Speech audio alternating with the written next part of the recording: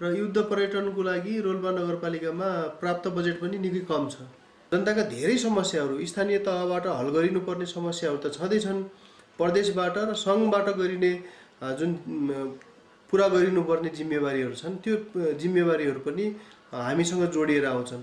हामीले धेरै ठाउँमा प्रयास गऱ्यौँ। विभिन्न ठाउँहरूमा टावरहरूको स्थापना, विभिन्न ठाउँहरूमा यो इन्टरनेट जडानको कुराहरू जिल्लाभित्र मात्रै नभएर जिल्ला बाहिरबाट पनि रक गार्डनहरू चाहिँ हेर्न आउने, त्यस्तै गरी भ्यू टावरको पनि अहिले चाहिँ 9औं तलाको ढलान चाहिँ भइरहेको छ। प्रत्येक समयमा प्रत्येक जनताको प्रश्नहरूको उत्तर दिने ठाउँमा हामी छौँ। हामीले प्रहको बैठकमा सम्बन्धित विद्यालयहरूसँग छलफल गरेर त्यो जनतालाई चाहिँ शुल्क लिने काम चाहिँ रोकिनु पर्दछ भनेर हाम्रो तर्फबाट नगर शिक्षा समितिको तर्फबाट कुरा भएको छ। जलजला क्याम्पस आङ्गिक चाहिँ भइसकेको थिएन, त्यो पनि आङ्गिक भएर आफ्नो कामकाजहरू अथवा पठन पाठनहरू सञ्चालन भइरहेको छ। एउटा मूल समस्या त कतिपयको नीति नै बनेको छैन, कतिपयको चाहिँ काममा व्यावहारिक चाहिँ नियमावलीहरू बनेको छैन, कतिपय कुराहरू चाहिँ व्यावहारिक तालमेल मिलेको छैन। जब हामीसँग जनताको सेवा गर्ने मूल उद्देश्य एउटै छ भने त्यहाँ चाहिँ असहयोग पाउनुपर्ने कुनै कारण पनि छैन। त्यसैले सहयोग चाहिँ पाइरहेका छौँ हामीले।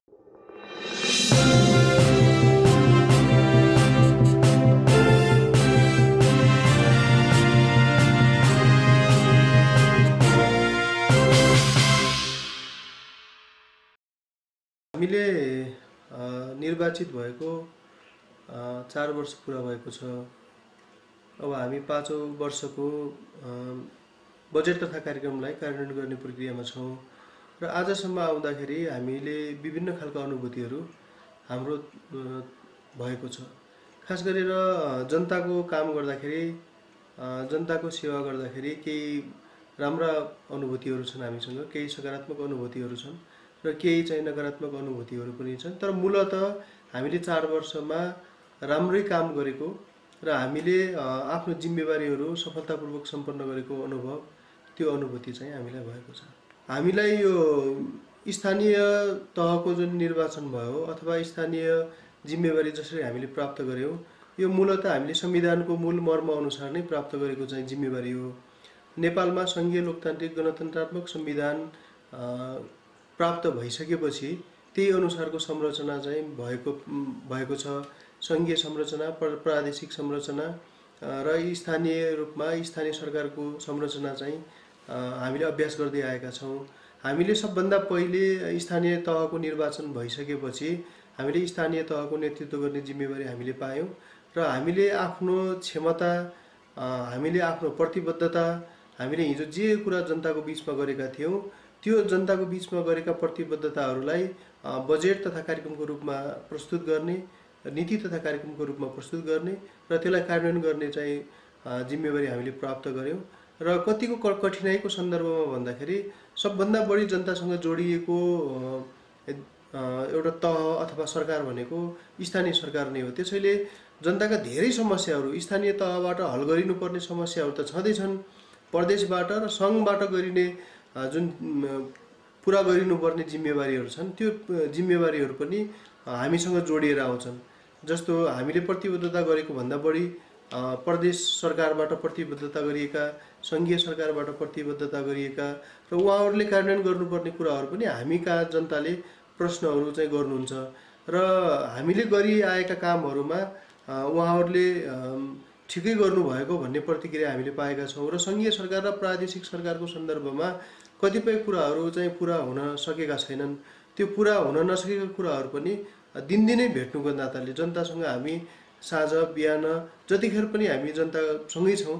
त्यसैले सबभन्दा पहिले चाहिँ तपाईँहरूले प्रतिबद्धता गरेको, तपाईँहरूको पार्टीले प्रतिबद्धता गरेको, तपाईँहरूका जनप्रतिनिधिहरूले प्रतिबद्धता गरेका कुराहरू चाहिँ छिटो लागू गर्नु पर्यो भन्ने उहाँहरूको कुरा छ। त्यसैले अन्य तहभन्दा हाम्रो अलिक केही अप्ठ्यारो चाहिँ छ, किनभने प्रत्येक समयमा प्रत्येक जनताको प्रश्नहरूको उत्तर दिने ठाउँमा हामी छौँ। त्यसैले स्थानीय तहको नेतृत्व गर्ने कुरा केही गाह्रो अप्ठ्यारो हो जस्तो हामीलाई लाग्छ। 4 वर्षमा हामीले जनताको बिचमा निर्वाचनमा जाँदाखेरि केही प्रतिबद्धताहरू हाम्रो तर्फबाट व्यक्त भएका थिए। हामीले शिक्षाको क्षेत्रमा, स्वास्थ्यको क्षेत्रमा, भौतिक पूर्वाधारको क्षेत्रमा, पर्यटनका क्षेत्रमा र विभिन्न क्षेत्रहरूमा चाहिँ हामीले जनताको बिचमा निम्न कामहरू हामीले गर्नेछौँ भनेर प्रतिबद्धता गरेका थियौँ। र र जे कुराहरू चाहिँ हामीले प्रतिबद्धता गर्यौँ त्यसको मूल हिस्सा अथवा ठुलो चाहिँ प्रतिबद्धताहरू हाम्रो तर्फबाट चाहिँ पुरा भएका छन् र केही कुराहरू पुरा भएका छैनन्। त्यसैले अब यो बिचमा हामीले हाम्रो तर्फबाट भएका कुराहरूमा मूलतः शिक्षाको क्षेत्रमा रोल्पा नगरपालिकालाई शैक्षिक हब गराउने हाम्रो मूल नीति नगरपालिकाको मुख्य चाहिँ योजना अनुसार हामीले कामकाजहरू गऱ्यौँ र त्यो गर्दाखेरि कतिपय चाहिँ सङ्घीय सरकारसँग प्रादेशिक सरकारहरूसँग समन्वय गरेर गर्नुपर्ने कामहरू थिए, कतिपय रोल्पा नगरपालिका आफैले गर्नुपर्ने कामहरू पनि थिए। त्यो सबै कामहरूमा कतै समन्वय गर्ने काम र कतै आफूले गर्नुपर्ने कामहरू हामीले गरेका छौँ। जस्तो शैक्षिक हबका निमित्त के सम्भावनाहरू थिए त्यतिखेर भने त्यतिखेर रोल्पा नगरपालिकाको 1 नम्बर वडामा रोल्पा पोलिटेक्निक कलेज स्थापनाको चरणमा थियो।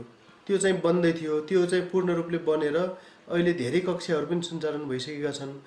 जलजला क्याम्पस आङ्गिक चाहिँ भइसकेको थिएन, त्यो पनि आङ्गिक भएर आफ्नो कामकाजहरू अथवा पठन पाठनहरू सञ्चालन भइरहेको छ। माडीचौरको कृषि क्याम्पस पनि चाहिँ त्यो सञ्चालन भइसकेको थिएन, त्यतिखेर निर्णयको प्रक्रियामा थियो।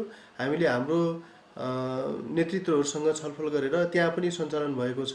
त्यस्तै गरेर रोल्पा नगरपालिका विभिन्न नमुना विद्यालयहरू बाल कल्याण त्यसपछि कोटगाउँको नमुना विद्यालयहरू चाहिँ छन्, तिनीहरूलाई पनि पूर्णता दिनु थियो। त्यसैले शिक्षाको क्षेत्रमा रोल्पा नगरपालिकाभित्र रहेका धेरै शैक्षिक संस्थाहरू जुन छन् तिनीहरूको नेतृत्व गर्ने जिम्मेवारी त हामीसँग थियो नै।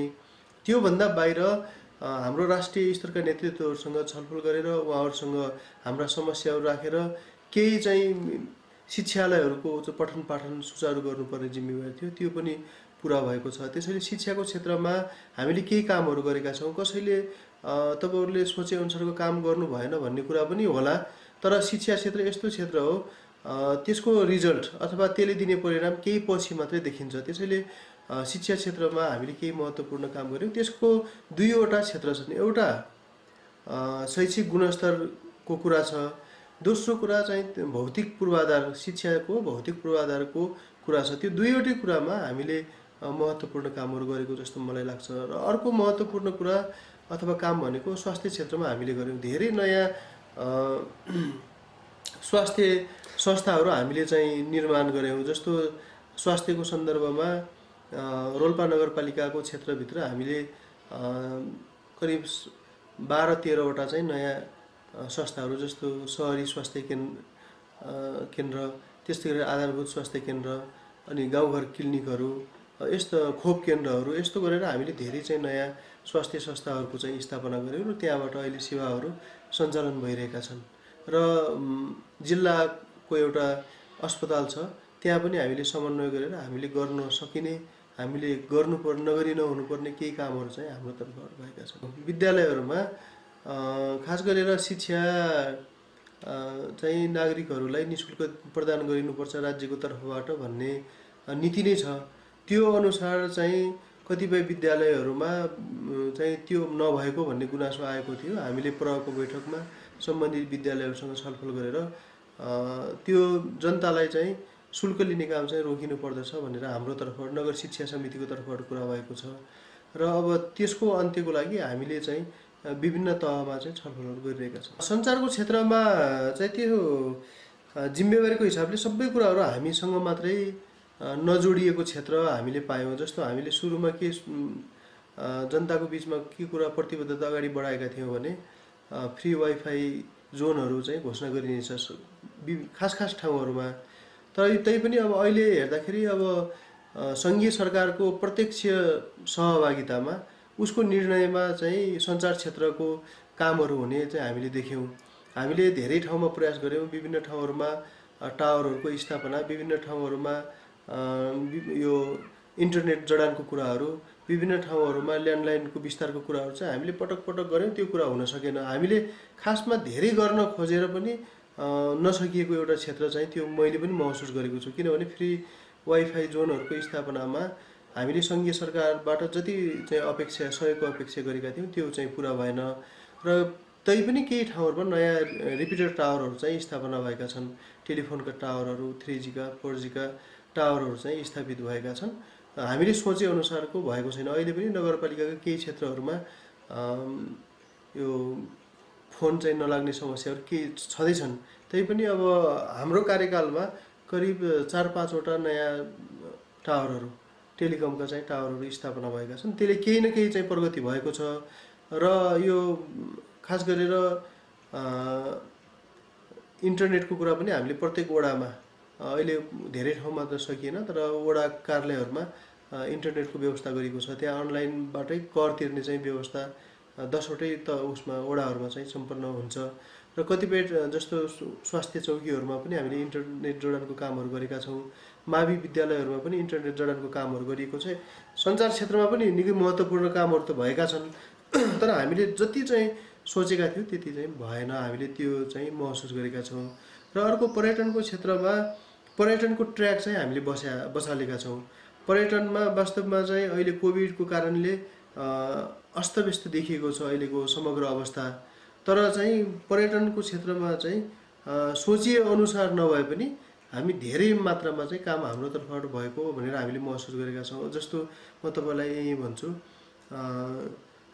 हाम्रो टुडी खेल कस्तो अवस्थामा थियो, त्यो अहिले कस्तो अवस्थामा छ। धेरै मान्छेहरूलाई लिबाङमा आउँदाखेरि फोटो खिच्ने र यहाँको चिनो लानु पर्दाखेरि टुडी खेल वरपर बसेर यहाँको ग्रिनरी नै ल्याउने चलन त्यस्तो देखिएको छ। बाहिरबाट आउँदाखेरि सबभन्दा सुरुमा त्यो आँखा परेको छ। त्यस्तै गरेर गुरुङ गाउँमा जुन होमस्टे छ त्यो कोभिडको कारणले सञ्चालन भएन, तर त्यहाँ चाहिँ भौतिक पूर्वाधार सामुदायिक भवन चाहिँ बनेको छ। त्यो सङ्घीय सरकारले नगरपालिकालाई हस्तान्तरण गरेको छ। हामीले हाम्रो नगरपालिका मातहत आइसकेपछि फेरि हामीले समुदायलाई नै दिने, खास गरेर सामुदायिक होमस्टेलाई नै सञ्चालन गर्नको लागि जिम्मेवारी दिने चाहिँ सोचिरहेका छौँ। र नगरपालिकाले अब देशभरि चाहिँ चर्चा कमाएको रक गार्डन चाहिँ स्थापना भएको छ। अहिले पनि धेरै मान्छेहरू त्यहाँ आउने जाने गरिराख्नु भएको छ। जिल्लाभित्र मात्रै नभएर जिल्ला बाहिरबाट पनि रक गार्डनहरू चाहिँ हेर्न आउने। त्यस्तै गरेर भिउटाहरूको पनि अहिले चाहिँ 9 तलाको ढलान चाहिँ भइरहेको छ। अन्तिम ढलान अब करिब चाहिँ भइरहेको छ। त्यसैले एकातिर यस्तो छ। अर्को चाहिँ पर्यटन क्षेत्रमा जस्तो जङ्कोटमा मगर सङ्ग्रहालयको स्थापनाको कुरा छ, त्यो करिब अन्तिम चरणतिर गइरहेको छ। त्यहाँ 2 तलाको काम चाहिँ भइरहेको छ, त्यो ढलान हुने काम भइरहेको छ। अर्को 6 नम्बर वडामा यो दलित सङ्ग्रहालय पनि चाहिँ बनिरहेको छ। त्यसैले हामीले एउटा प्याकेज गराएर त्यसको विकास पर्यटनको विकास गर्न खोजिरहेका छौँ र त्यसमा केही सफलता पनि चाहिँ मिलेको छ। र अब नजिकै जस्तो चुनारे भिरको कुरा पनि छ, त्यस्तै गरेर कोटालिमको कुरा छ। र अर्को चाहिँ पर्यटनमा चाहिँ युद्ध पर्यटनलाई पनि जोडिनुपर्छ भनेर हामीले घामतारा जस्तो क्षेत्र, दारबोट जस्ता क्षेत्रहरूलाई पनि हामीले जोड्न चाहिँ खोजिरहेछौँ। अब सुशासनको दृष्टिकोणले हामीले आफूले दाबी गर्ने कुरा, नेपालका एकदम कम अथवा थोरै मात्रै चाहिँ नगरपालिका गाउँपालिकाहरूले सुशासनको क्षेत्रमा गरेका सकारात्मक काम गर्ने चाहिँ पालिकाभित्र हामी पनि पर्छौँ भनेर हामीले त्यो सोच्छौँ। मेरो सोच के छ भने हामीले जनताको सेवा गर्नको लागि निर्वाचित भएका हौँ हामी आफू, र कर्मचारीहरूले पनि, हाम्रा कर्मचारी जो हुनुहुन्छ उहाँहरूले पनि रोल्पा नगरपालिकाको क्षेत्रभित्र रहेका आम नागरिकहरूको सेवा गर्नको लागि चाहिँ प्रतिबद्ध भएर उहाँहरूले चाहिँ नियुक्ति चाहिँ लिनुभएको। त्यसैले हाम्रो र कर्मचारीहरूको जनताको सेवा गर्ने मूल चाहिँ हाम्रो उद्देश्य हो भने हामीले सुशासनको क्षेत्रमा पारदर्शी हुनुपर्छ भन्ने मेरो मान्यता छ र हामी सबैको चाहिँ मान्यता पनि छ। त्यही भएर अब नगरपालिकामा सुशासनको क्षेत्रमा राम्रो काम भएको चाहिँ मैले महसुस गर्छु। हाम्रो कर्मचारी टिमबाट, जनप्रतिनिधि टिमबाट त्यस्तो धेरै चाहिँ नकारात्मक कुराहरू चाहिँ आएको पनि छैन र हामीमा त्यस्तो खालको सुशासन बिग्रिएको अथवा भ्रष्टाचार धेरै भएको भनेर हामीले चाहिँ त्यस्तो सोचेका छैनौँ। त्यस्तो खबर पनि आएको छैन। सङ्घीय संरचना नेपालको लागि चाहिँ नयाँ संरचना हो। त्यसैले धेरै कुराहरू चाहिँ अहिलेसम्म पनि प्रदेश सरकार, सङ्घीय सरकार र स्थानीय सरकारहरूको जुन मिलेर गर्नुपर्ने जिम्मेवारीहरू छन् त्यसको कार्यविधिहरू अहिलेसम्म पनि आएको छैनन्। जस्तो साझा अधिकारका सूचीहरू भन्ने छ, त्यो साझा अधिकारका सूचीहरूमा सङ्घीय सरकार, प्रदेश सरकार र स्थानीय सरकार मिलेर गर्नुपर्ने हुन्छ। कसरी गर्ने भन्ने कुरामा कतिपय नीतिगत कुराहरू चाहिँ अहिले पनि टुङ्गिएका छैनन्। त्यसैले एउटा मूल समस्या त कतिपयको नीति नै बनेको छैन, कतिपयको चाहिँ काममा व्यावहारिक चाहिँ नियमावलीहरू बनेको छैन, कतिपय कुराहरू चाहिँ व्यावहारिक तालमेल मिलेको छैन। तैपनि हाम्रो तर्फबाट हामीले भन्दाखेरि सहयोग चाहिँ प्राप्त वास्तवमा चाहिँ अहिले हामीले जे जति बजेटहरू परिचालन गरिरहेका छौँ त्यो सङ्घीय सरकारकै बजेट हो। अन्य अलि स्रोत सम्पन्न पालिकाहरूभन्दा हाम्रो आन्तरिक स्रोत कम नै छ, निकै कम छ। त्यो हाम्रो आन्तरिक स्रोतले मात्रै पनि धेरै कुराहरू गर्न सकिन्न। त्यसैले हामीले प्रदेश सङ्घ सरकार र सङ्घीय सरकारबाट प्राप्त हुने सहयोगहरू चाहिँ प्राप्त भइरहेका छन्। तर कतिपय कुराहरूमा ऐन कानुनहरू बन्नुपर्ने, नियमावलीहरू बन्नुपर्ने र व्यावहारिक रूपले पनि चाहिँ साथै लिएर जानुपर्ने त्यस्तो भएको छैन। कतिपय ठाउँमा चाहिँ अलिकति हस्तक्षेप भएको चाहिँ महसुस पनि भएको छ आफ्नो संविधानले दिएका जिम्मेवारीहरूमा। कर्मचारीहरूबाट भरपुर सहयोग र साथ चाहिँ पाइरहेका छौँ। अब सुरुमा त अब सङ्घीय संरचना बन्दै थियो, त्यतिखेर चाहिँ कर्मचारीहरू आइपुग्नु भएन, किनभने समायोजनको प्रक्रिया नटुङ्गिएकाले सुरुका करिब करिब झन्डै 2 वर्ष जति त हामीलाई चाहिँ जुन दरबन्दी सङ्ख्या छ नगरपालिकाको त्यो अनुसारको जनशक्ति हामी कहाँ हुनुहुन्थेन। जस्तो प्राविधिक क्षेत्रमा, त्यस्तै गरी विभिन्न शाखाहरू चलाउनको लागि। तर पछिल्लो समयमा जति आउनुभयो, आइसकेपछि हामीले कर्मचारी क्षेत्रबाट सहयोग चाहिँ पाइरहेका छौँ। त्यस्तो हाम्रो बिचमा असमझदारी पनि भएको छैन, किनभने जब हामीसँग जनताको सेवा गर्ने मूल उद्देश्य एउटै छ भने त्यहाँ चाहिँ असहयोग पाउनुपर्ने कुनै कारण पनि छैन। त्यसैले सहयोग चाहिँ पाइरहेका छौँ हामीले। मैले पनि त्यो न्युज हेरेँ। त्यो न्युजमा खास गरेर रोल्पा जिल्लाभरिलाई नै एउटा समाचारको विषयवस्तु बनाइएको छ, नगरपालिका मात्रै नभएर बाहिरतिर। र युद्ध पर्यटनको लागि रोल्पा नगरपालिकामा प्राप्त बजेट पनि निकै कम छ।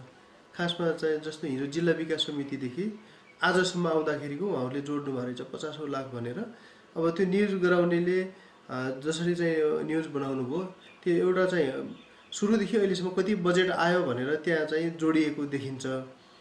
तर त्यहाँ उहाँहरूले त्यो जुन शीर्षक छ त्यसमा पनि शीर्षकमा चाहिँ हाम्रो असहमति त हो। फेरि केही पनि नगरेर सबै खाएका होलान् भन्ने चाहिँ त्यतिखेरको सिस्टमले पनि दिँदैन। जस्तो मानौँ तपाईँलाई चाहिँ 50 करोड रुपियाँ आयो, यो काम गर्नु भनेर चाहिँ दिइएको छ जिम्मेवारी। त्यो कामै नगरेर सम्बन्धित अफिसले, त्यतिखेरको जिल्ला विकास समितिले, त्यतिखेरको चाहिँ पर्यटन समितिले, त्यस्तै गरेर अहिलेको चाहिँ प्रदेशका समितिहरूले, अहिलेका पालिकाहरूले त्यत्तिकै चाहिँ भुक्तानी त गर्दैनन्। काम केही न केही त गरेका हुन्छन् र त्यो काम चाहिँ यति काम भएपछि यस्तो रिजल्ट देखिनु पर्थ्यो, त्यो भएन भन्ने कुरा चाहिँ हुन सक्ला। तर अब त्योमा चाहिँ हाम्रोमा खासै ठुलो बजेटहरू त्यो शीर्षकमा चाहिँ आएको थिएन।